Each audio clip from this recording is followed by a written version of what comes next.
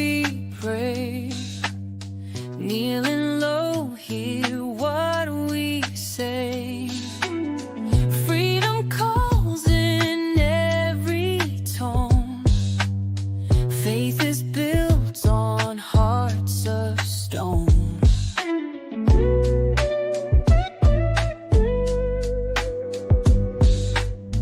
Vibes so raw, can't hide the truth.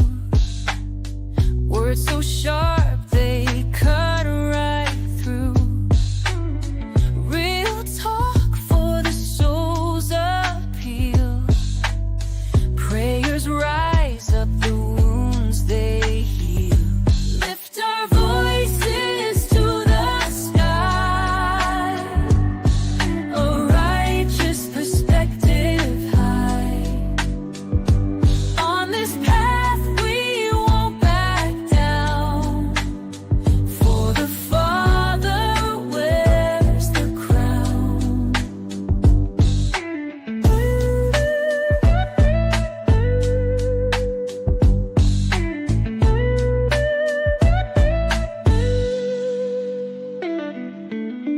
Each step brings another fight. Breaking chains, we're seeking light. Voice of power won't be tamed.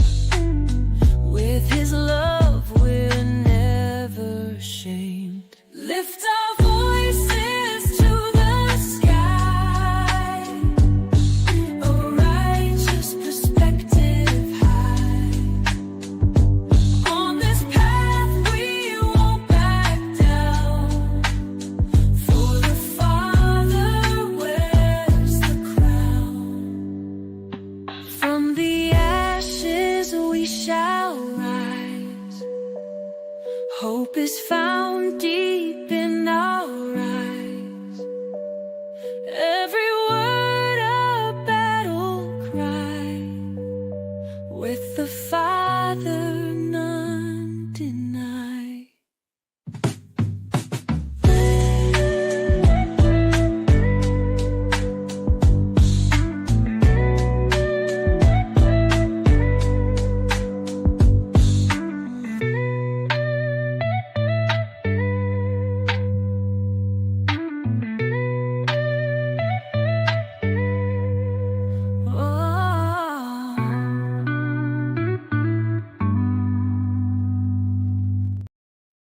What's going on, everybody? Welcome back to ARP in the morning, man. It's your host, Wise. I appreciate you guys pulling up this fine Wednesday morning, man. It is hump day.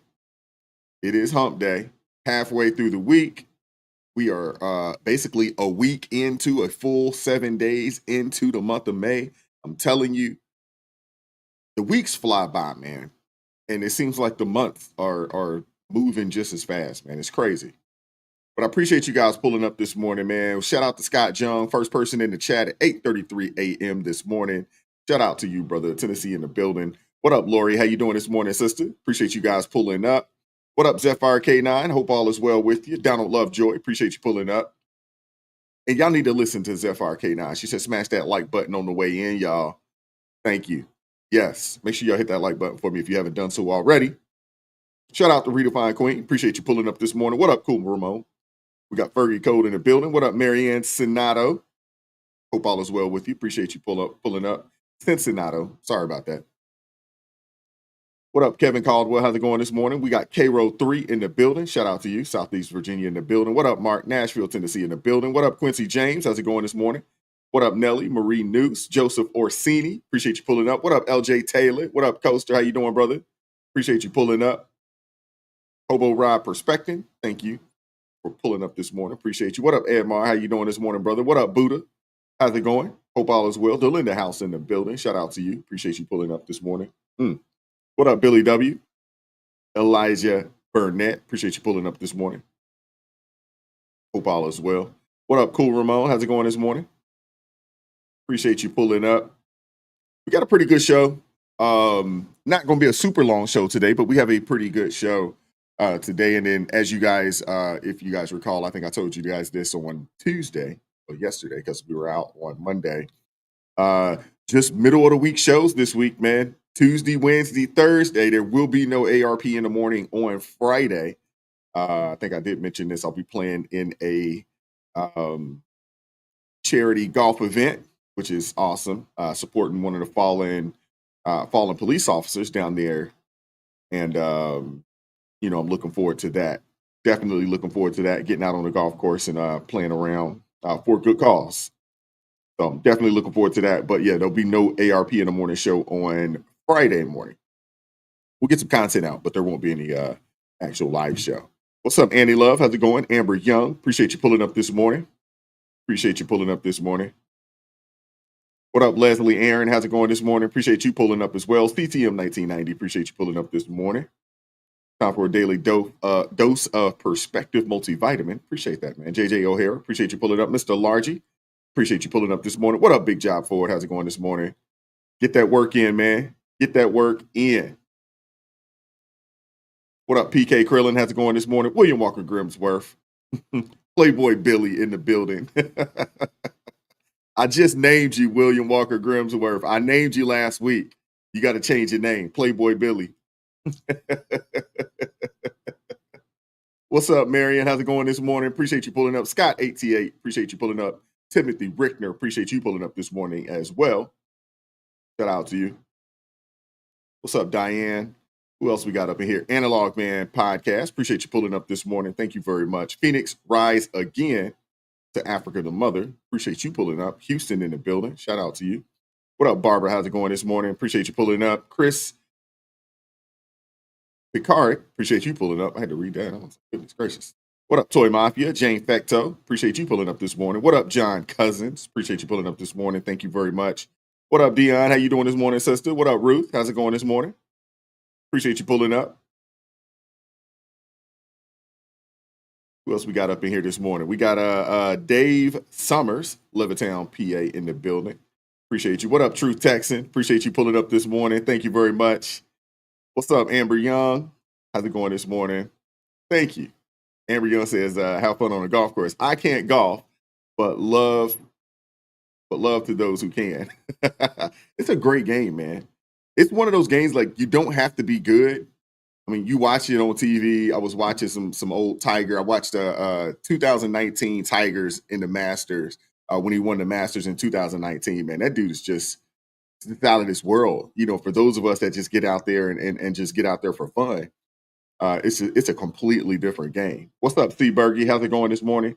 What up, Jason Picaro? Appreciate you pulling up this morning. We got TC Toller in the building. Appreciate you pulling up this morning. And thank you. Appreciate the love. What up, Mary Kincaid? How's it going this morning? Zephyr says, I can do putt-putt. Yeah, putt-putt's fun. I like putt-putt. My wife and I, we used to do putt-putt, a lot back in the day. And we take the kids from time to time. And, it's a good little, good little thing to do. It's good to have some fun.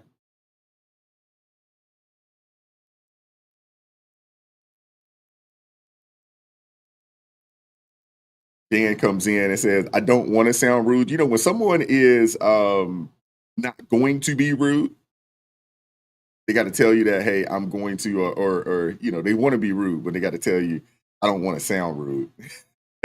What's up, Rose? How's it going this morning? Appreciate you pulling up. Thank you very much. Thank you very much. All for his glory. How you doing this morning? Appreciate you. Never heard of putt-putt? Never heard of putt-putt, huh? Interesting. CDM says he got a green jacket at putt-putt. I know, Coaster. I don't want to be rude, but I'm about to be. I get it. I understand.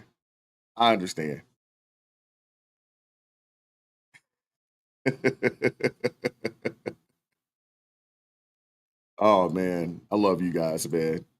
Yeah, putt-putt is miniature golf for those that don't know. And actually, if you go to Myrtle Beach, man, Myrtle Beach has a really nice putt-putt course. It's a Tiger Woods. Tiger Woods has something to do with it. It's really, really nice stuff. Really nice. It's almost like Top Golf, but for putt-putt. You can get drinks, you can get food, and they'll bring it out to you and kind of walk around. It's really dope. Really, really dope. Can't think of the name of it, though, but it's in Myrtle Beach. But really, really nice. But let's get the show kicked off, man. If you haven't hit that like button for me already, please make sure you do so. Make sure you hit that like button for me. Super chats will stop the show. Super thanks will stop the show. That will definitely happen.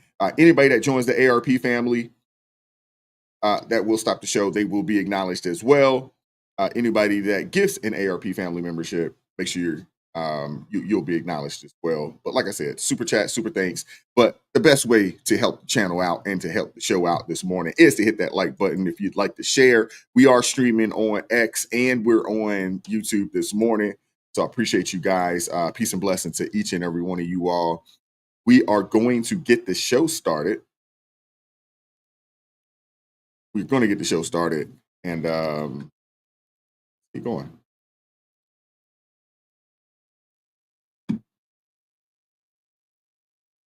Joining us, Stephen Miller, Deputy Chief of Staff for Policy at the White House. Stephen, it's good to have you on tonight. So the media is battling the president. They're creating a new hoax. It's also giving the cartels a platform in interviews. Watch. According to the Trump administration, you are a terrorist. What do you make of that? Está fea la situación, ¿verdad? Está fea la situación, pero pues de todos modos tenemos que comer. What's your message to Donald Trump? Mis respetos, él tiene que según él, buscar lo mejor para los suyos. Pero el detalle que ya están los consumidores, ¿no? Si no hubiera consumidores, pues uno le parara. Stephen, your reaction.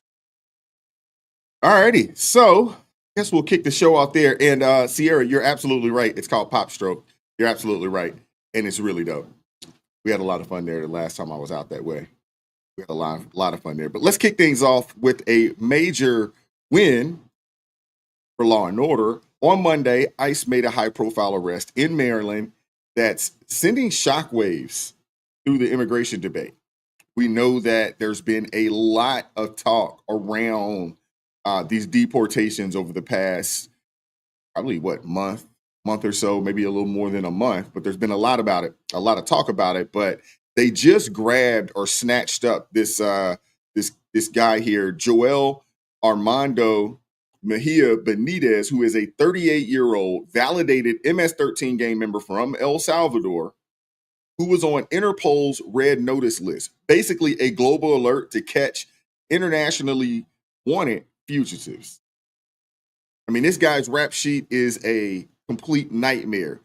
First snuck into the U.S. illegally in 2005, got deported, then slipped back into the U.S. at another date, unknown.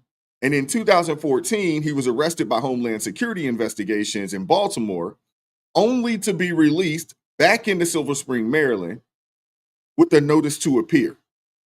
But now, Mejia Benitez is finally off our streets and facing deportation along with hundreds of others. Since Trump took office in January, ICE has arrested over 66,000 illegal aliens, including over 2,000 gang members from groups like MS-13 and Trinidad Aragua, plus over 1,300 accused of essay or other essay type style offenses. You have 498 people that have been tied to homicides. This is crazy. These are the kind of people that the Democrats are fighting for. These are the kind of people that Democrats are fighting for. And when you think about what's been going on and you see what President Trump has been able to accomplish, that's what real border security looks like. That's what it looks like, taking dangerous criminals out of our neighborhoods, off of our streets, off our government teat. We got enough people on the government teat, more than enough. But while ICE is doing the hard work to keep us safe, guess what legacy media is up to at this point? Legacy media has been giving a platform to the very kind of people that ICE is fighting against. This is crazy. You can't make this stuff up, man. These people are ridiculous. The liberals are I just don't understand them. I really don't. So we've just entered an area of the city that is still very dangerous. After weeks of trying, our contact here on the ground has managed to secure a meeting with a member of the cartel who's involved apparently in the production of drugs. And so we're meeting him now in somewhere around here in an undisclosed location. ¿Cómo estás? This man is talking to us on the condition we hide his identity and location. Can I pull up a chair? He says he produces fentanyl for the Sinaloa cartel. How safe or dangerous is this area to be in? En estos momentos todas las áreas son peligrosas. The Mexican military making a big effort to crack down on the drug production here. How are you responding to that, and how does that impact your work? Están haciendo un buen trabajo, pero pues como ellos vienen más, pues uno tiene que buscar la forma de seguir trabajando. Claro, en baja escala, ¿entiendes? Pero no igual como antes, pero se sigue haciendo. I mean, according to the Trump administration, you are a terrorist. I mean, the cartels have been labeled a foreign terrorist organization. What do you make of that? Está fea la situación, ¿verdad? Está fea la situación, pero pues todos tenemos que comer. What's your message to Donald Trump, if he's watching this? Mis respetos, él tiene que según él, buscar lo mejor para los suyos. Pero el detalle es que ya están los consumidores, ¿no? Si no hubiera consumidores, pues uno le parara. So CNN's out here attempting to humanize cartels while Trump administration is out here fighting tooth and nail to clean up our streets, despite hurdles from activist judges at every corner. On one hand, you've got the administration doubling down on their promise to secure the border. Encounters at the border have plummeted in recent months, thanks to military deployments and ICE operations and the self-deportation program that we discussed yesterday that's incentivizing people to just leave voluntarily. Take this $1,000 and get up out of here. The administration is also targeting dangerous gangs like MS-13 at Trinidad. They've already classified them as foreign terrorist organizations to fast-track their removal. And on the other hand, you've got the left doing everything that they can to sabotage this progress. You have activist judges trying to block Trump's deportation plans right now. You got the media giving cartel members a platform to try to humanize them or to try to get the American people to show some sympathy to these people who are human trafficking and flooding drugs into our country. These are the same people who flood our streets with drugs and violence. And they're advocating for a free pass for these people. They're advocating for quote unquote due process for these people, but the safety of American families just doesn't matter. It doesn't matter to them, man, and it's infuriating. And it just shows how out of touch the left is, man. And meanwhile, you got the media, the media like CNN with their cartel stunt, they're busy trying to spin up these sob stories, trying to make the average American feel bad for the very criminals that ICE is taking down and tossing out our daggone country right now. It's unbelievable, man. They want to paint a picture that Trump is the bad guy for enforcing the law. That's the picture that they're trying to paint. But the polls, they do tell a different story. A CBS News survey from last week showed that 56% of Americans approve of Trump's deportation program compared to 44% who don't. The crazy thing is, I want to have a conversation with the 44% that don't want to see these gang members tossed out our nation. I would assume that none of those people in that 44%, they don't want to live around these people. They don't want to live around them. But you don't want them out? I mean, this is crazy.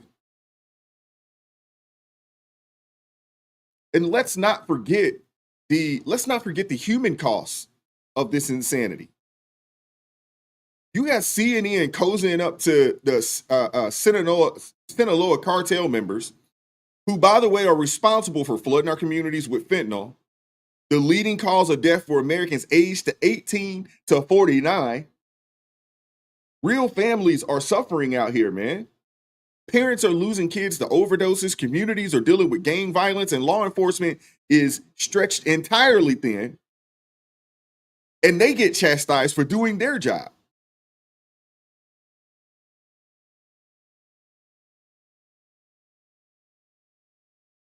I understand, Quincy, but I mean, you got to ask, like, why are y'all supporting this? What are you supporting?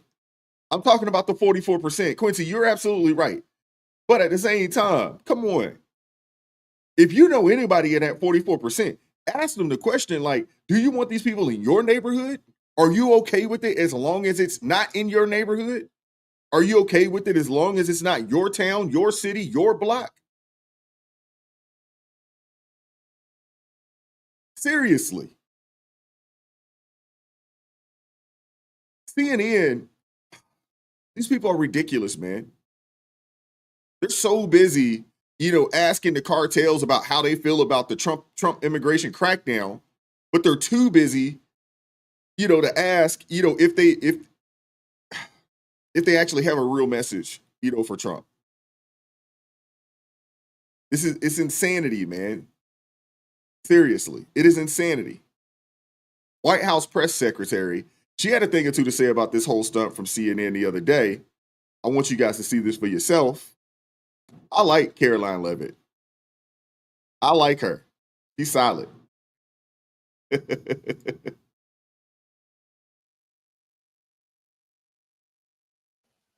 Caroline, what did you and the administration make of the Sinaloa cartel gang member interviewed on CNN? Why would they care what he thinks? Well, it was fascinating to me, Sean. I was actually scrolling on Instagram when I came across this interview, and it stopped me in my tracks, not just because they sat down with a member of a Mexican cartel that is now designated as a foreign terrorist organization by the United States government, but because of the nature of the questions of this notorious foreign terrorist. It was a softball interview giving a platform to a notorious drug cartel that has killed American citizens. I thought it was quite despicable. But again, this is just another reason why the trust in the legacy media is at an all-time low amongst the American public. Yeah, she's absolutely right there. She's absolutely right there in everything that she said. She's absolutely right. They keep doing things like this, asking cartel members how they feel about the administration's immigration policy. As if we should care. As if we should care what the cartels have to say about it. Of course, they're going to be upset. Of course they are. Of course they're not going to like it. The dude said they don't really care because they got to eat. That's how they survive. Why should we care what the cartels have to say about this? And then these same people, CNN that is, and legacy media, they turn around and whine that the American people are losing trust, in them because Orange Man is telling them to, because he's attacking the free press, but we're watching them in real time defend people that shouldn't be here over the American people. Let's keep it a buck, man. The media is losing trust because they're more interested in giving a platform to criminals than supporting the actual work being done to secure the country. That's why. While CNN is busy playing therapist to Sinaloa cartel members, ICE is out there making sure that dangerous illegals are off our streets. And they're not slowing down. The crazy thing is, they're upset that the people are causing havoc are being deported. They're fighting for the gang members, the criminals. They're fighting for that. 21 million people came across this border illegally. I don't even know if it's possible for all 21 million to be gone, but we at least have to get the gang members and the people that we know for sure are committing these heinous acts in our country. We got to get them up out of here. We have to. I don't know if it's possible. I don't even know if it's something that the Trump administration actually wants to do, as far as, hey, deporting all 21 million of these people. I don't even know if it's possible.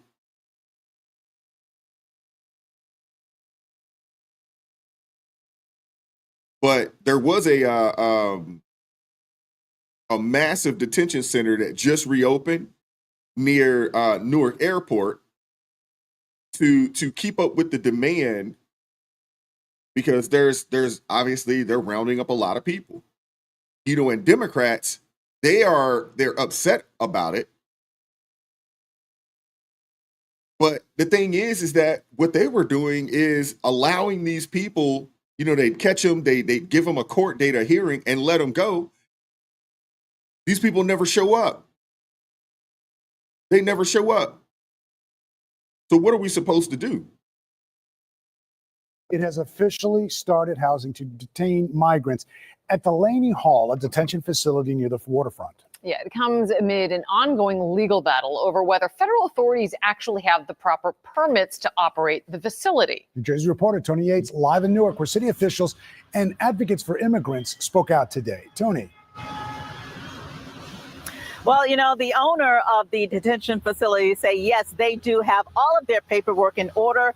The city of Newark say they do not. And that is why this issue is once again before a judge. While we are going back and forth in court with them around inspections, around getting a certificate of occupancy, around doing the things that normal business would do, why we have to be in court to do this is something completely beyond me. The city of Newark claims that the Delaney Hall detention facility is operating illegally, housing those picked up on immigration violations to be deported.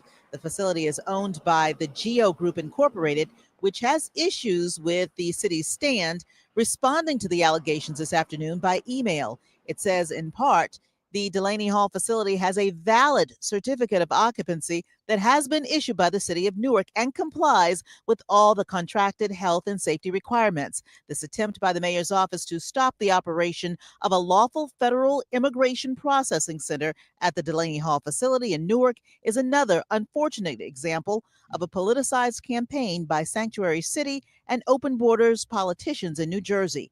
The city insists the facility is not properly permitted. It's unfortunate that you look to leadership to follow the rules, to, appoint judges who will interpret the law and make sure that the laws are followed, and then you go and break the rules. In the meantime, immigrant organizations say thousands of families live in fear. We're getting cancer survivors, cancer patients that are receiving deportation orders. We had a wave last week of people who are following the rules, following the legal process. The letter might as well have been written by Tony Soprano. It's a threat. 7 days, get out, figure it out. Months ago, what the government described as a Homeland Security raid in the Ironbound stirred up fears that led to people not only not showing up for work, but taking their children out of school for fear of being targeted. Groups here in Newark asking for a better way to handle immigration. Instead of us opening more money-making detention facilities, let's focus on what does an immigration reform look like for us, right? Instead of going into our community and basically kidnapping folks. We sent that statement from Geo Group to city officials here in Newark. They are hoping to have a response before the end of the day. But now we're live here in Newark. Tony Yates, Channel 7 Eyewitness News.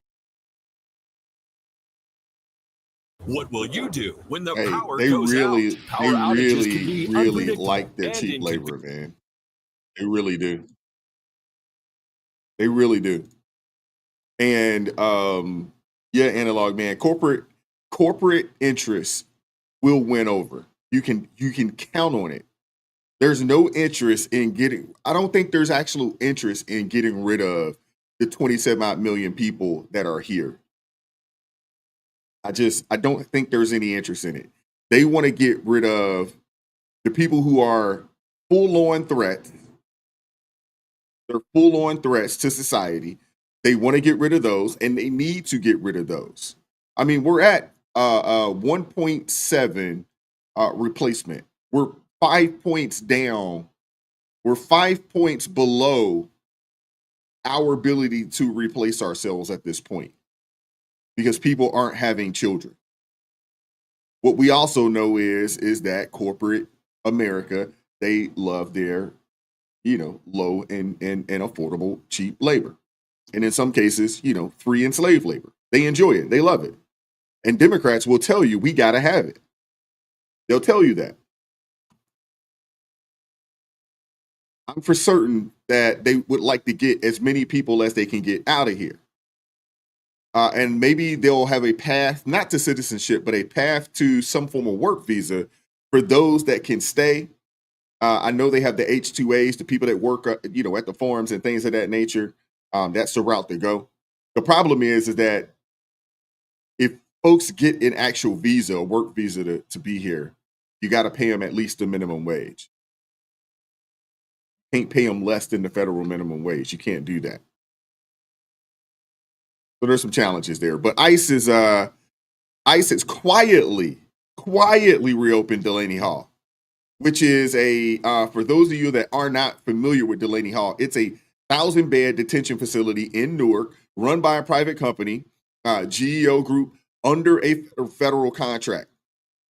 This place is now fully operational, housing people arrested by ICE as part of Trump's mass deportation push. Acting ICE Director Caleb Vitello said the location near Newark Liberty International makes it a logistical gold mine for processing and deporting illegal aliens, streamlining the whole operation in the Northeast. Makes it easy. Newark Airport, it's an international airport. You can get these people processed. They can go through whatever hearing they need to go through right there at the detention center, and they can be flown right out the country because Newark International, you can pretty much go anywhere. Makes complete sense to me. Makes complete sense to me. But here's where it gets messy. Newark's mayor, Ras Baraka, he's out there throwing a fit, claiming that ICE renovated the facility without proper permits, inspections, or certificate of occupancy, posing safety risk. He's filed a complaint in county court saying that ICE is ignoring the law, the Supreme Court, and even New Jersey's Superior Court. Baraka and local groups like New Jersey Alliance for Immigrant Justice, they tried to stop the reopening months ago. Delaney Hall was shuttered under Biden, but they failed. Now they're accusing ICE of kidnapping people and putting them in an unsafe place, while immigrant advocates are begging Governor Phil Murphy to step in and stop what they call Trump's anti-immigrant agenda.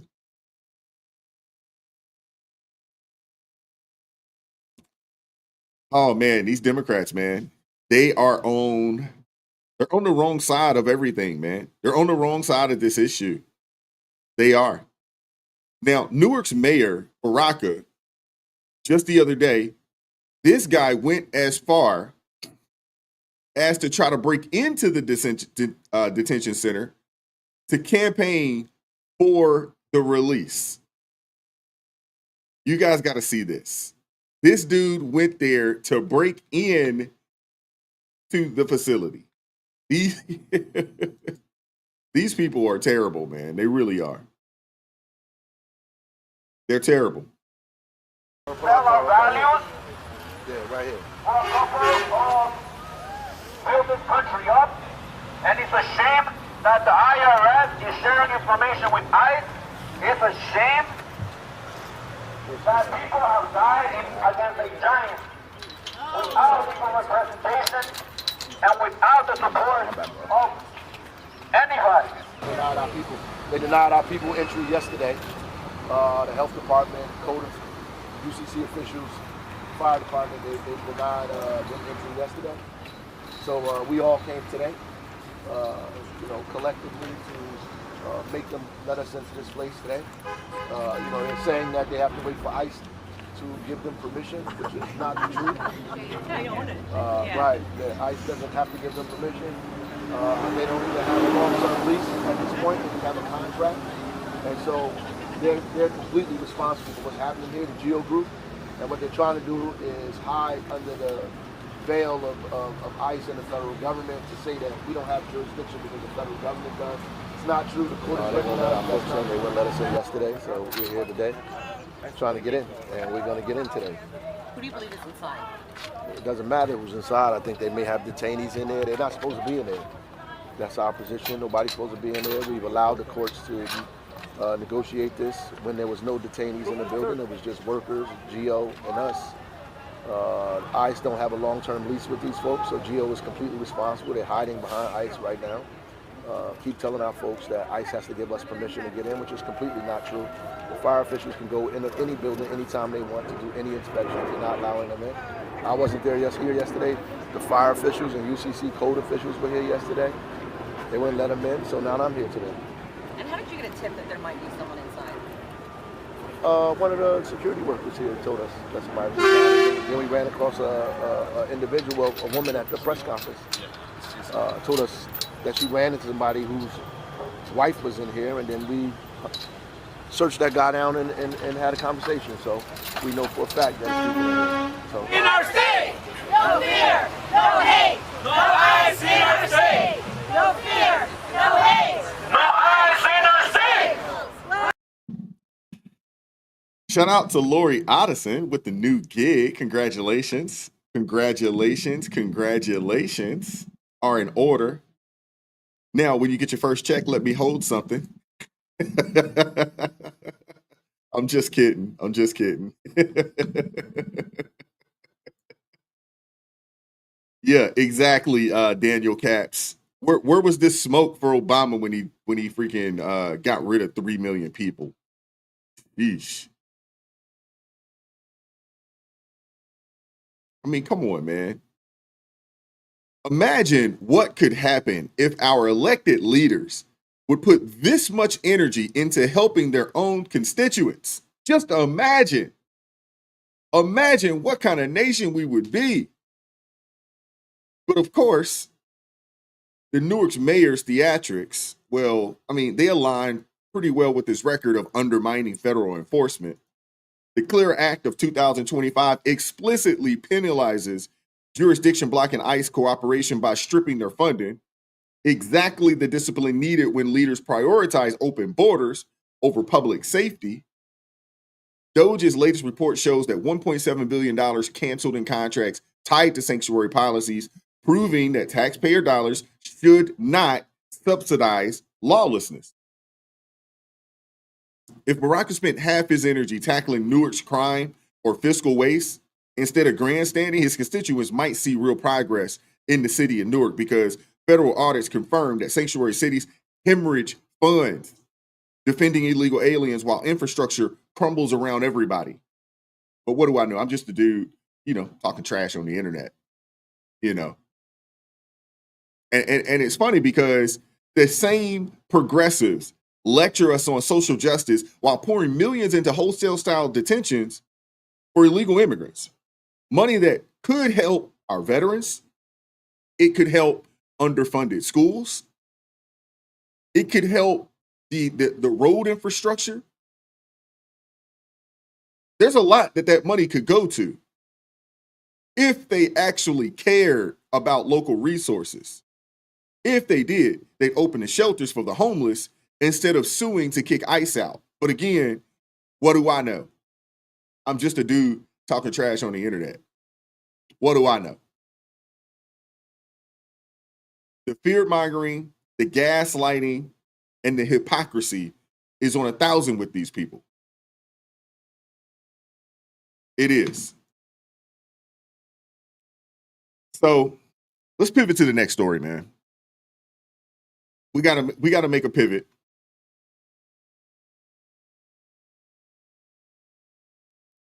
And let's revisit this entire situation with Karmelo Anthony. Now, to recap real fast, 17-year-old Karmelo Anthony allegedly stabbed and unalived 17-year-old Ousting Metcalf at a track meet in Frisco, Texas back in April. Anthony's out on a reduced bond of $250,000. And his family has raised over $500,000 from supporters who believe that he's innocent. They say that, or believe that he was acting in self-defense. Meanwhile, Jeff Metcalf has been trying to seek justice for his son, but instead of compassion, he's being met with hostility from Anthony's camp. Last month, Ousting Metcalf's dad showed up to a press conference held by Anthony's supporters, among them Dominic Alexander. We'll call Dominic Alexander the New Age wannabe Al Sharpton. This guy, he delayed the event until Ousting Metcalf's dad was forcibly removed by security. And then he had the gall to call this man's presence inappropriate and a disrespect to the dignity of his son. Now, you guys may be asking or wondering who this Dominique Alexander guy is and why he has decided to insert himself into this tragedy. This Alexander guy, he is the wannabe Al Sharpton. He's a Dallas-based activist who founded the Next Generation Action Network. It's no relation to Al Sharpton's group. It's no relation. But he claims that his group is all about social justice and community empowerment. It sounds noble. It sounds noble, but don't be fooled. This dude is a professional agitator, professional race hustler. Spent years, playing the race card to grab headlines and to make a buck. Y'all know what time it is. The race hustle industry in America, it's big business. It is a multi-billion-dollar business. It is an industry. There is a lot of money to be made with the race hustle, a whole lot. And this guy, Dominique Alexander, I don't know why I want to call him Derek, but Dominique Alexander, instead of apologizing and realizing that, hey, maybe, having the police escort Austin's dad out was a bit overkill, or, no. What does this dude do? This dude doubled down. He doubled down. But let's check it out for yourself. It was not an attack on him, but we felt it was very disrespectful on how he came about it, and how we, even before you even knew it was a thing, we were asking him repeatedly to leave. And literally, he wouldn't even talk. He wouldn't even say anything. He felt like he could just stand there. That's not right. It was very upsetting to me. It's not right. Because if you're coming here I heard somebody say he was coming there for prayer. He was coming there to come and hug. Well, that wasn't the spirit that we got. There were more than 12, 15 people. Even the media came and approached him. Even DPD plainclothes officers approached him before the uniform officer. Shout out to C. Bergie with the, oh man, Timu Al Sharpton. Al Sharpton, Timu Al Sharpton. Yes, I love it. Arrived. So at the end of the day, we felt like he was coming in peace. Well, that's a hell of a way of coming in peace.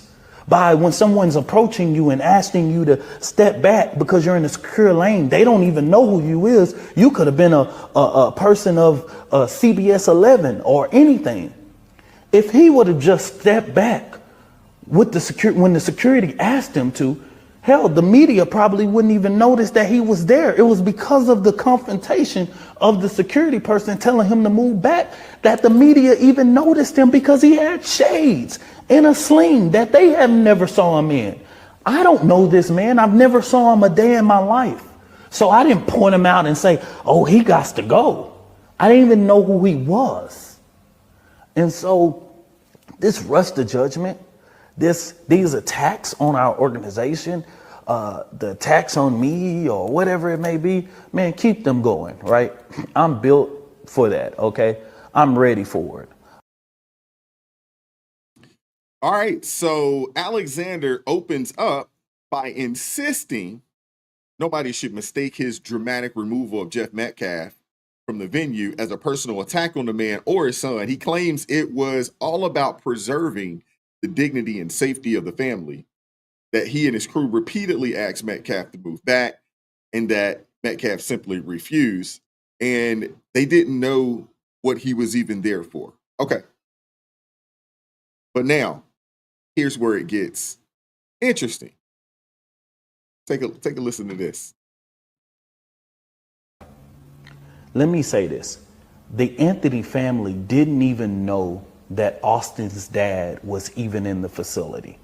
They didn't know that Austin's dad was here until he was actually removed by DPD. One of our security people asked him to move back.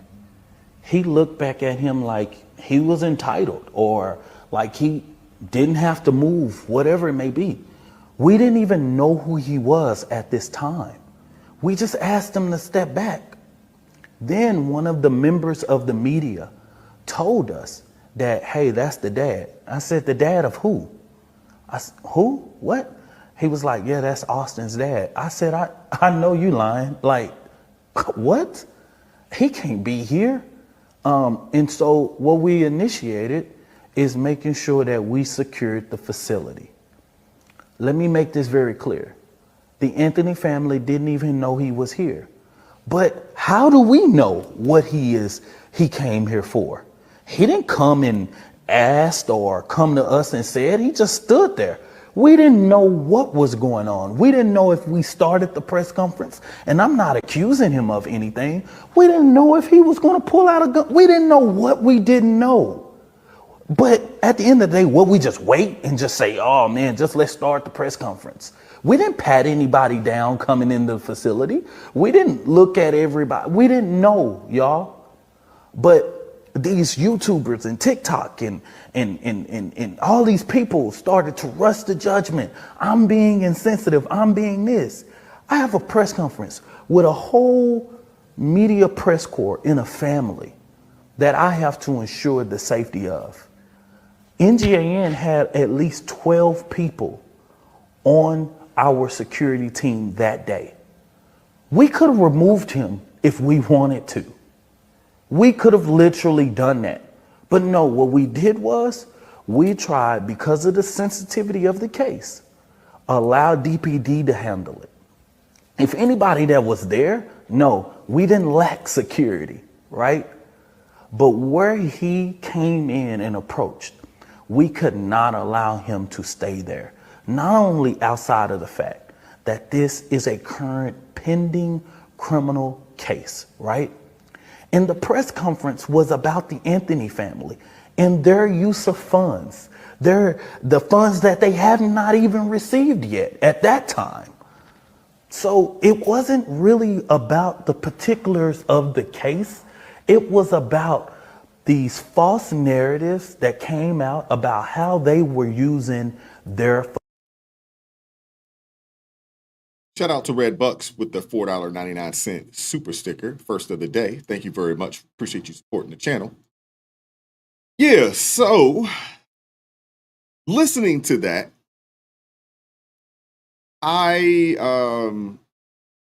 this is what I find ironic. The same logic that Alexander spouts to justify removing Jeff Metcalf from a public event applies perfectly to the Karmelo Anthony incident. We didn't know him. He didn't belong there. That was the family's position towards. That was the family positions toward Jeff Metcalf. That sounds like the same exact position the young Metcalf boy had with Karmelo when, staked out a spot under a tent that he wasn't supposed to be in. They didn't know his intentions. They didn't know him. Hey, I would assume with that logic, they had a right to ask him to leave. With that logic. I'm just saying.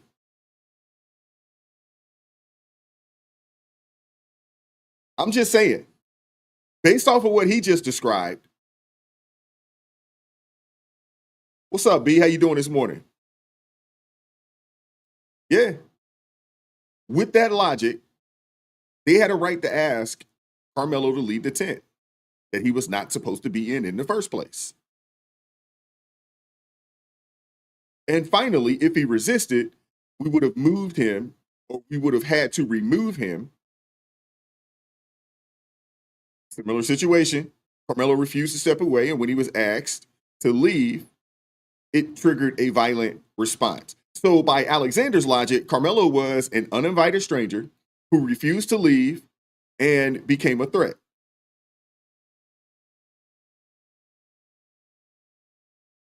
Textbook case, man, of a double standard. And somebody said it in the chat. This dude is going to he's doing more harm than help. He just is. Now, I'm one of those kind of people, I don't even think they should have did the press conference. The press conference was not about Carmelo Anthony or his family. The press conference was about this guy. It was about getting his name out there. It was about getting his organization's name out there. Obviously, we're talking about him. And there's been a whole bunch of folks, on social media and all throughout talking about this particular guy, Dominic Alexander, and his organization. If you guys recall, during that press conference, he might have mentioned his organization at least 4 times that I can recall. Yeah, Next Generation Action Network. He mentioned that at least 4 times, maybe more than that. The press conference was unnecessary. They didn't need to do that. They didn't need to have a press conference. That was about him and about getting his name out there. That's what it was about. And let's be real. This isn't about justice. It's about donations. That's what this is about. Alexander's organization, these guys are masters of turning controversy into cash. That's what the race hustlers do. That's what the race hustlers do. Now, if you go and look at the Give, Send, Go, or whatever that is, they're mentioned in there. I would assume that he's probably going to receive maybe 10, 15% of that bread.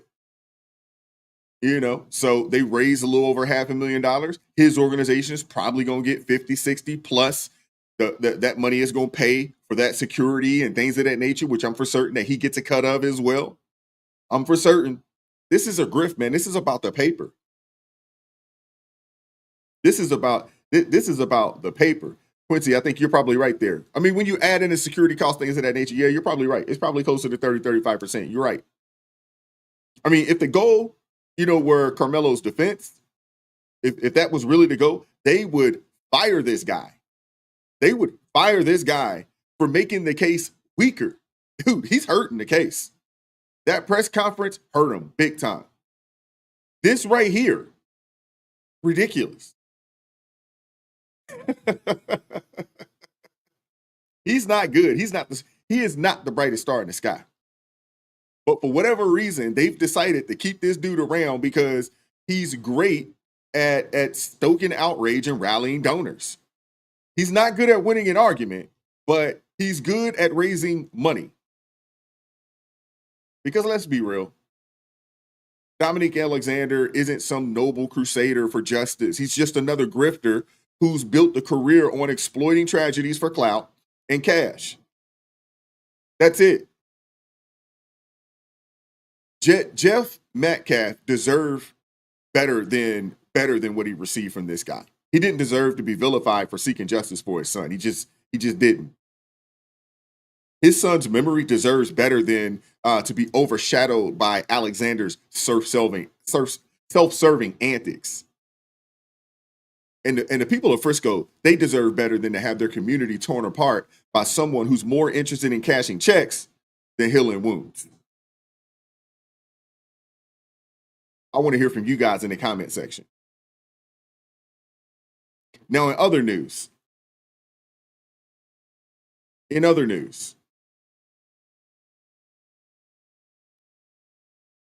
it's no secret.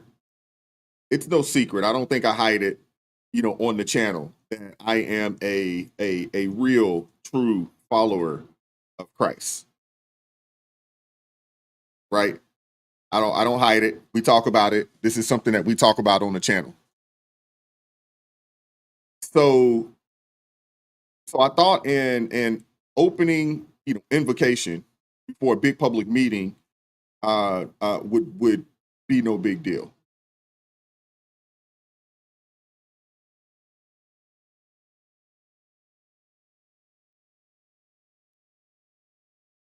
God bless you in your work. A brief moment, of unity. And then, we get back down to brass tacks. But as many practicing Christians have come to know, There's always someone ready to turn a simple prayer into a battlefield. And it's a stark reminder of the reality that we face today.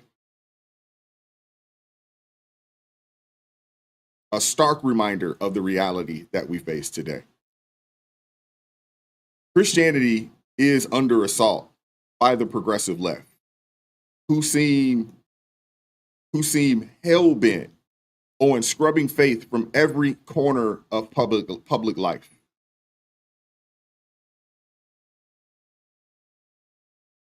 That's exactly what happened, at a recent Cabarrus County School Board meeting in North Carolina, where a proposal to start meetings with a prayer turned into an all-out clash. I don't know if you guys had a chance to see this, but I want to share this with you all. And I don't say what I say, for those, for us to feel bad, those of us who are walking this walk. But I say it, to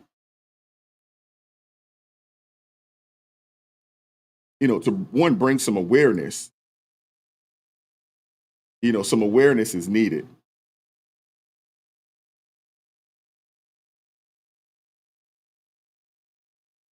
And LJ Taylor, you're absolutely right.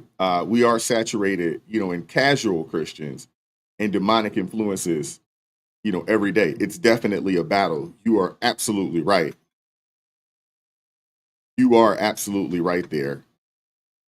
We'll share this with you guys, and we'll keep going. How much God do you need? We say under, how much prayer do you need? How much God do you need? We say under God, we say it. Why do we need to say more? If I tell you I'm offended, I'm offended.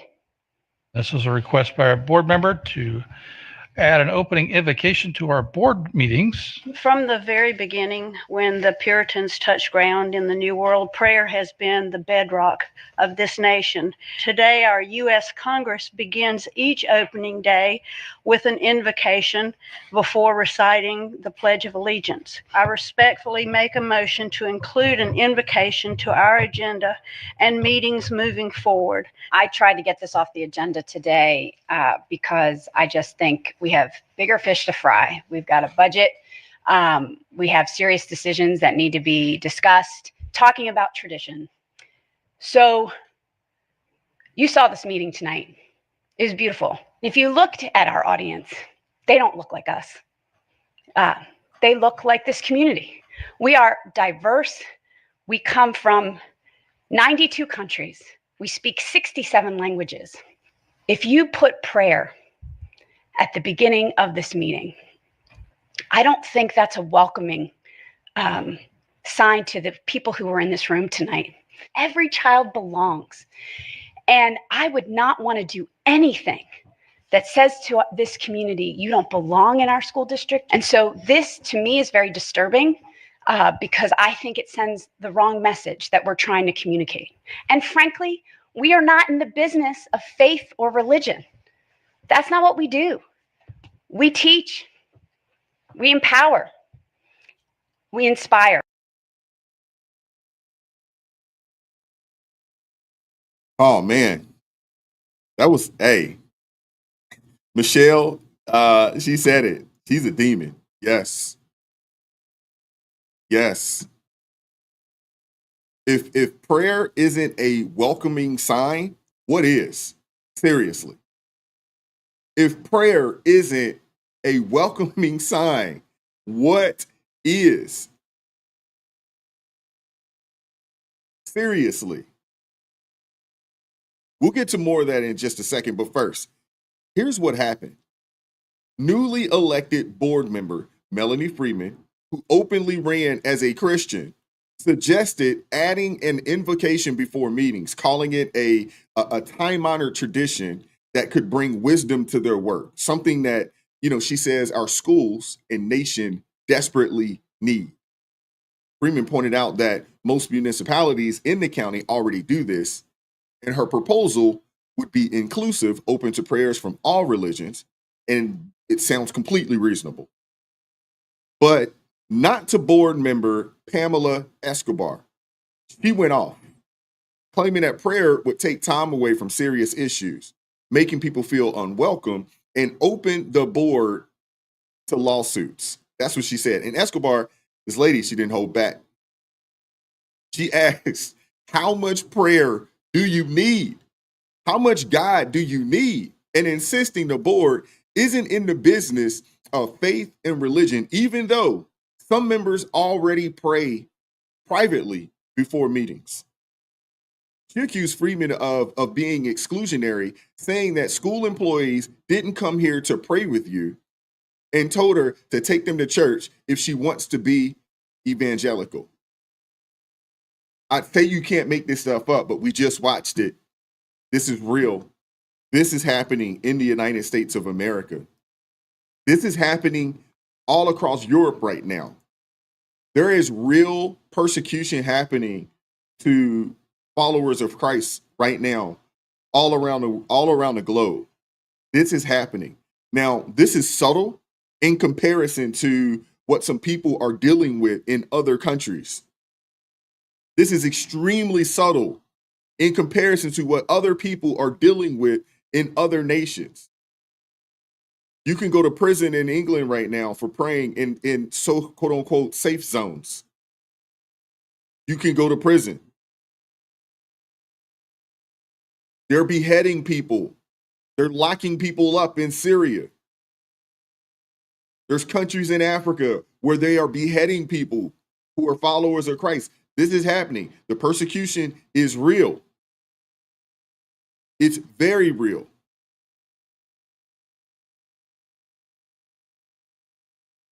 Every child belongs. And I would not want to do anything that says to this community, you don't belong in our school district. And so this, to me, is very disturbing because I think it sends the wrong message that we're trying to communicate. And frankly, we are not in the business of faith or religion. That's not what we do. We teach, we empower, we inspire. And so to do something that would be the opposite of that is disheartening. And then on top of it, this board prays. This board prays before every meeting if you choose to be a part of it.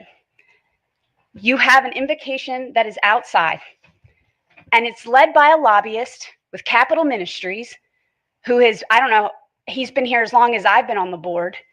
And how much prayer do you need? How much God do you need? We say under God, we say it. Why do we need to say more? And I will tell you just personally, as a board member, I do not feel welcome to be part of that prayer. And I'm Christian. And I don't feel welcome to go outside and pray with you. I think today was the first time it wasn't 5 of you. But it was still 4. Still 4. And policy says, if you're going to do that, then you need to be transparent about that. I don't know what Mr. Marshall is praying about. Is he telling you how to vote? Is he telling you what to believe? Capital Ministries, for those who are not aware, is a lobbyist, a conservative lobbyist. Is he telling you not to trust me? I mean, I don't know. But the fact that the 5 of you are doing that, I hope that's enough prayer for you. If you want to pray with them, take them to church. You want to be evangelical and do that, go for it. But not on my time, not on their time, and not on this community's time. So I got a question for folks in the chat. Can you be a liberal? Can you support the liberal agenda, the far left progressive liberal agenda, and be a Christian? Can you be a follower of Christ?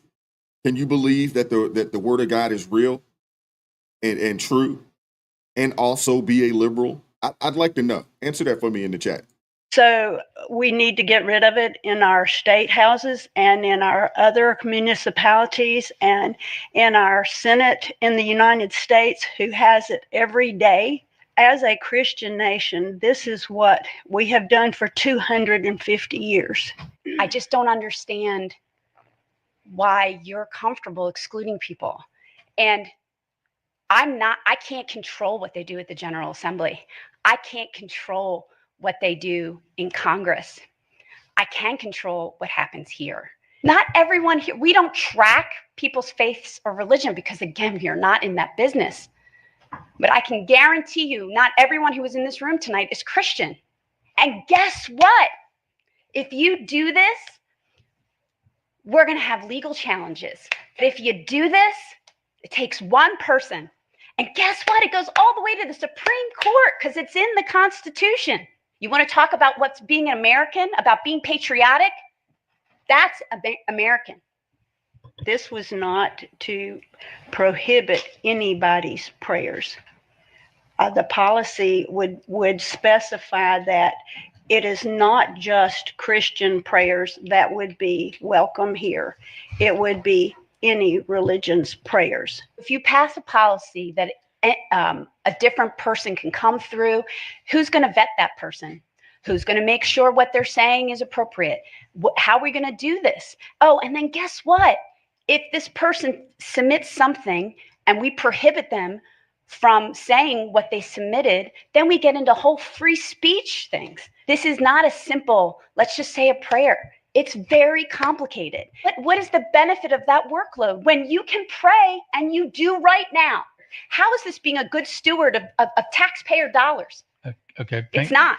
We're clearly not.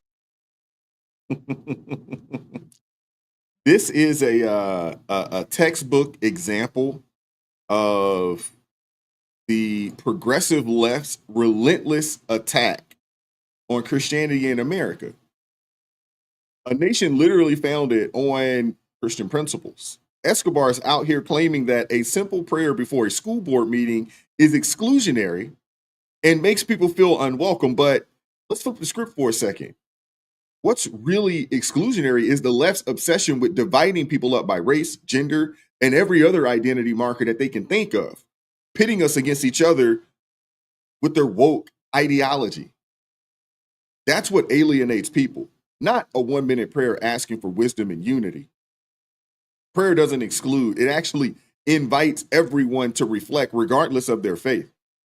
It's a tradition. It's been part of this country for centuries. From the founding fathers to small town meetings just like this one, there's nothing complicated about it, despite what Pamela wants you to believe. It's prayer. Something we've done forever to ground ourselves in something bigger than our petty differences. But here's where the hypocrisy really kicks in. Escobar's whining that the board doesn't track religion and isn't in the business of faith, but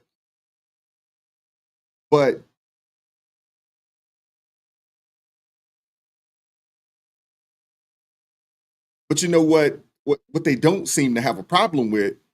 They don't seem to have a problem with shoving pride flags in every classroom, hosting, drag queen story hours for kids and pushing gender ideology down everyone's throat.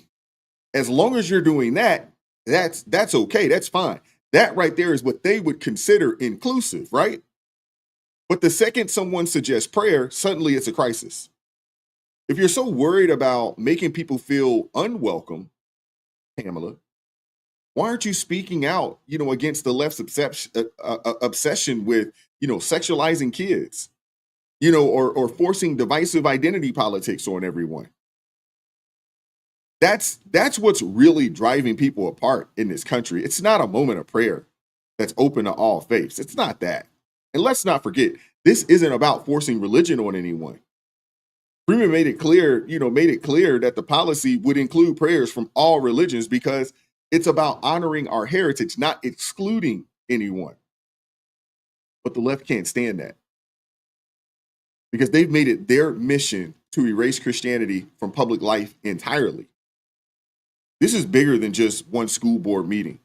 It's a symptom of a cultural war where the progressive left wants to dictate what's acceptable while demonizing anyone who dares to hold on to their faith. That's what this is about. They'll scream about diversity and inclusion. They'll do all of that. They'll do all of that. But when it comes to Christianity, suddenly it's open season. And Escobar's attitude, is exactly why so many Americans are fed up with these people. She's not speaking for the community. She's speaking for her own secular agenda. The voters of Copperas County, they elected Melanie Freeman by a huge margin, knowing full well that she's a Christian who values prayer. They knew that. That's the mandate of the people, not Escobar's tantrum. And history is on our side here. The Supreme Court ruled in 2022 that a football coach could pray on the field after games. So this idea that prayer in public, is setting some legal boogeyman is just progressive fear-mongering, man. That's all it is. Prayer is not a threat. It's a unifier, a tradition, a way to seek guidance through tough decisions these board members have to make. But the left would rather tear it down than admit that maybe, just maybe, we need a little more faith in our public life, not less. It's not complicated, man. It's not complicated at all. It's prayer, something that, we've done for centuries. And it's about time we stop letting the woke mob shame us out of it. I think that's a lot of the issues that we have going on, in our schools. And honestly, not just in our schools, but in our society. The further we've moved away from God, the worse our society in a whole has gotten. You can see it. You can see it. Oh my gosh. There's the guy, he's on the radio back in the day. His name is Paul something, but he had a radio broadcast, and he was talking about if he was the devil, what he would do. Somebody in the chat, I know y'all know the name. I know y'all know what I'm talking about.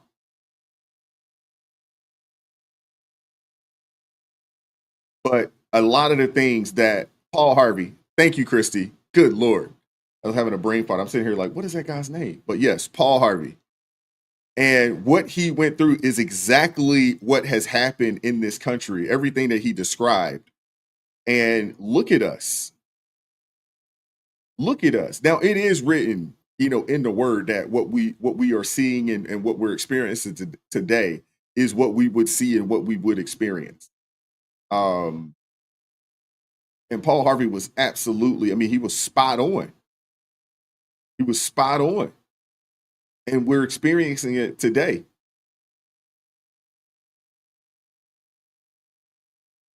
It's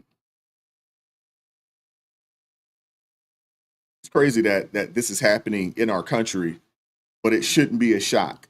It shouldn't be a surprise. And this is subtle in comparison. This is subtle. This reaction to, followers of Christ, this type of persecution, if we wouldn't even call it that, it's very subtle in comparison to what, people are really dealing with around the world. It's very subtle. Shout out to Jeanette with the $1.99 super chat. She says, if she's so uncomfortable, she should leave. I would agree with that.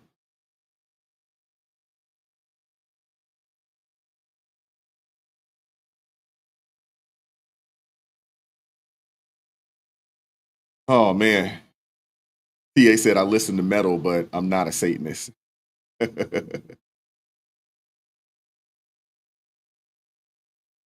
I appreciate you guys, man. Appreciate you guys pulling up this morning, man. Thank you very much. We'll be at this thing tomorrow, Thursday, Friday Eve, 9:30 a.m. EST. We'll be right back at this thing, man. And, that'll be it for the week. But I appreciate you guys pulling up, man. Appreciate you guys supporting the channel. If you haven't hit that like button, please do so on the way out the building. We do have 243 people up in here, man. I'm not exactly sure how many people have hit the like button. I'm not sure. I think we did hit 200. Shout out to my guy, Jeff, with $11 super chat. My guy, Jeff, from It's Not Your Fault, Al-Anon Recovery Channel. Says, Mark 8, chapter 8, verse 38, if any of you are embarrassed over me and the way I'm leading you, when you get around your fickle and unfocused friends. Did I miss something? No. Thank you very much, man, for the $11 super chat. Thank you very much, man. Appreciate that.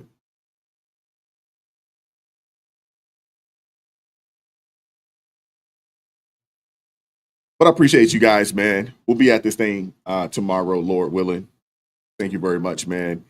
Hey, stay safe. We got 241 likes. Outstanding. Could we close at 250? That'd be nice. But I appreciate you guys, man. Keep God first. Stay prayed up. It is crazy out there, man. Y'all know what we're dealing with. It is crazy out here, man. We'll catch up with you guys tomorrow morning. Peace.